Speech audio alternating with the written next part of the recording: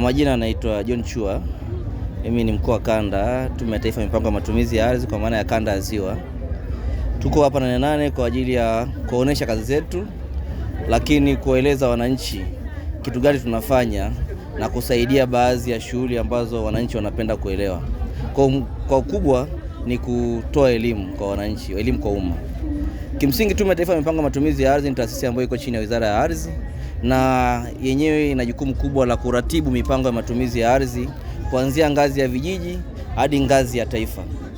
Kwa hiyo katika zoezi letu la hapa Nane Nane, kama ukiangalia kauli mbiu inavyosema ongeza tambua soko, ongeza tija, lakini lengo ni kutekeleza ile dira, kufikia ile dira ya 2050, dira ya taifa. Kwa hiyo kama Tume ya Taifa ya Mipango ya Matumizi ya Ardhi, lengo letu ili kutekeleza hilo, katika kazi zetu tunajaribu kuongeza tija katika shughuli za wananchi. Na tunaongeza tija kwa namna gani? Kwanza tunaondoa muingiliano wa matumizi katika matumizi mbalimbali ambayo yanatumiwa na wananchi, hasa kwenye ngazi za vijiji ambao asilimia kubwa ya Watanzania wanaishi huko. Kwenye vijiji vyetu vingi unakuta havijapangwa matumizi ya ardhi. Yaani wananchi hawajui kwa uhalisia kwamba upande gani watafanya shughuli gani na upande gani watafanya shughuli gani. Kwa zoezi tunalofanya sisi kama tume ni kuhakikisha kwamba kila mwananchi katika kijiji anajua ardhi yake imepangwa kwa matumizi gani, na ardhi gani ni ya matumizi ya umma, lakini ardhi gani ni ya matumizi binafsi.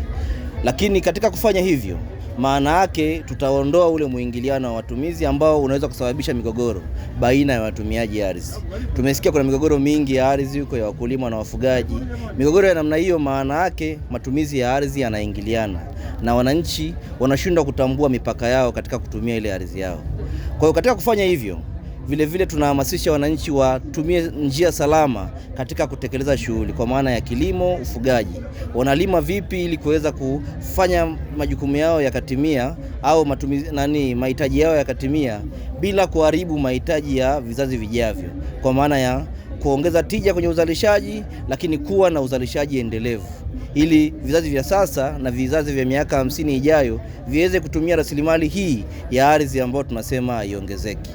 Kwa hiyo tunategemea baada ya kijiji kupangwa matumizi ya ardhi, migogoro iondoke, lakini wananchi wafanye shughuli zao kwa tija zaidi kama ni uzalishaji uongezeke, lakini vile maeneo yale ambayo ni maeneo ya jamii na maeneo ya umma yaendelee kulindwa, yasiendelee kuvamiwa, kwa sababu yatakuwa yanatambulika na vijiji vyote, lakini na wananchi wote pamoja na viongozi, lakini atawekewa alama za kuonesha matumizi hayo kama ni maeneo ya huduma za jamii, maeneo ya malisho, maeneo ya misitu na maeneo ya vyanzo vya maji.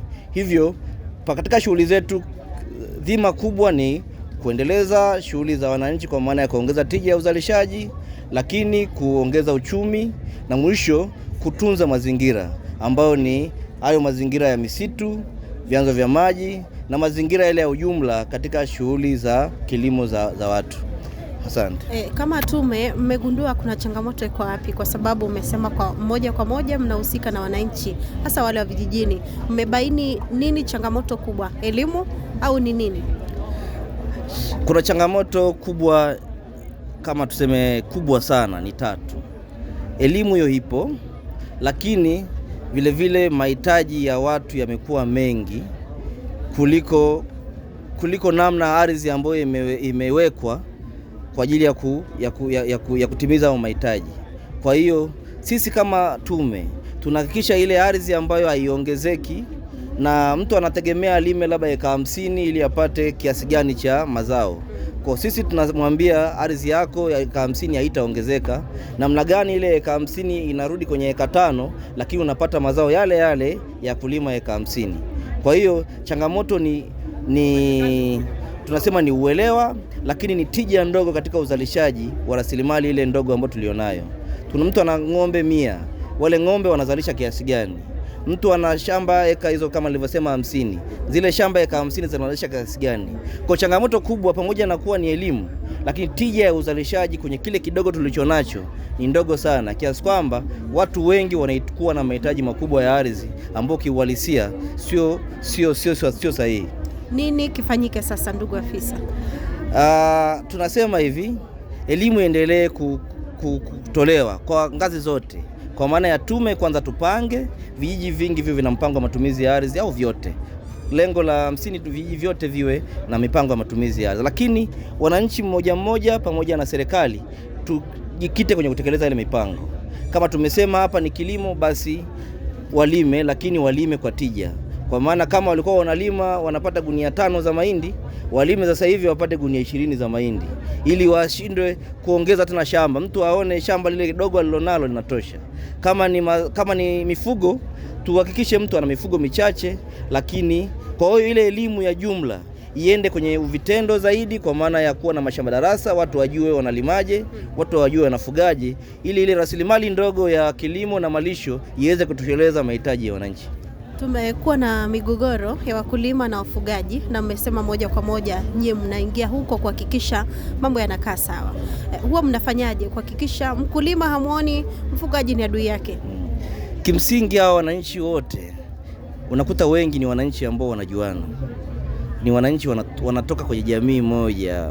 Kuna sehemu kutakuta kuna jamii tofauti, lakini wengi wanakaa pamoja jioni, wanakula pamoja, wanacheza kama ni bao pamoja, wanacheza mpira pamoja, wanaangalia mpira, sherehe za harusi. Kwa hiyo ni watu ambao wanajuana. Kwa hiyo tunachoenda sisi cha kwanza ni kuwakumbusha kwamba wenyewe ni Watanzania na ni jamii moja. Waanze na hilo kwanza. Alafu pili tunawaambia sasa wenyewe watupe. Wenyewe kila mtu anataka ile ardhi. Watupe, waanze kutupa wenyewe wanafikiria nini, kitu gani kifanyike ili wapate suluhisho. Kwa nini? Ili mkulima apate na mfugaji apate. Wanafikiria ndio kuna changamoto, lakini wote wanajogundua kwamba tukigombania pale hakuna mtu atapata, tutauana, lakini ile ardhi vile vile tutaitumia vizuri. Nitakuwa naenda kulima mchana, usiku ng'ombe wanaingia. Nitakuwa napeleka ng'ombe mchana, nikitoka kidogo mtu anakuja anakata ng'ombe wangu. Kwa hiyo wakishagundua kwamba wanatakiwa wenyewe ndio watoe suluhisho, wanaanza kukubaliana. Sisi tunawaambia tu visheria vidogo vidogo, lakini yale masuluhisho makubwa yanatoka kwa wananchi wenyewe. Asante sana. Asante. Wengine wanachokuongezea? Kwa kusema tu niseme tu Tume ya Taifa ya Mipango ya Matumizi ya Ardhi inaalika Watanzania kwanza kuja kwenye ofisi yetu ambayo iko ofisi ya mkuu wa mkoa, lakini kuja kwenye banda letu kwa ajili ya kupata elimu namna gani ya mipango ya matumizi ya ardhi inaandaliwa, lakini mwisho wa siku wanapataje umiliki wa ardhi zao, kwa sababu umiliki wa ardhi unasababisha kuwa na uhakika wa miliki. Na ukiwa na uhakika wa miliki, maana yake unaweza kwenda kokote ukatambulika, ni benki, ni mahakamani, ni polisi, kote ambako wanatambua hati yako ni wewe ndio mmiliki halisi. Kwa hiyo unapata uhakikisho na wewe mwenyewe unakuwa na uhakika wa mali yako. Afisa, tukumbushe ofisi ilipo na ikibidi tupate mawasiliano. Ofisi ya mkuu wa mkoa ipo, sisi tuko ofisi ya mkuu wa mkoa wa Mwanza ambao ipo pale Nyamagana, na tukitaka mawasiliano yetu, mawasiliano yangu mimi kama manager ni 0789 130 110. Unaruhusiwa kunipigia kuniuliza, lakini vile vile kupata taarifa za kijijini kwako huko tunafikaje na kama kuna mpango unafanyaje ili ule mpango uweze kukusaidia. Mtazamaji wa Inland Television, ulikuwa ukifuatilia kwa uzuri kabisa taarifa hiyo kutoka banda la Tume ya Taifa ya Mipango ya Matumizi ya Ardhi, na umemsikia kwa uzuri kabisa meneja wa kanda anaitwa John Chua. Nyuma ya kamera alikuwa mtuhariri Isaya Mahenge, na mimi ni Betha Ntandu. Unatazama Inland Television. Wakati ni sasa.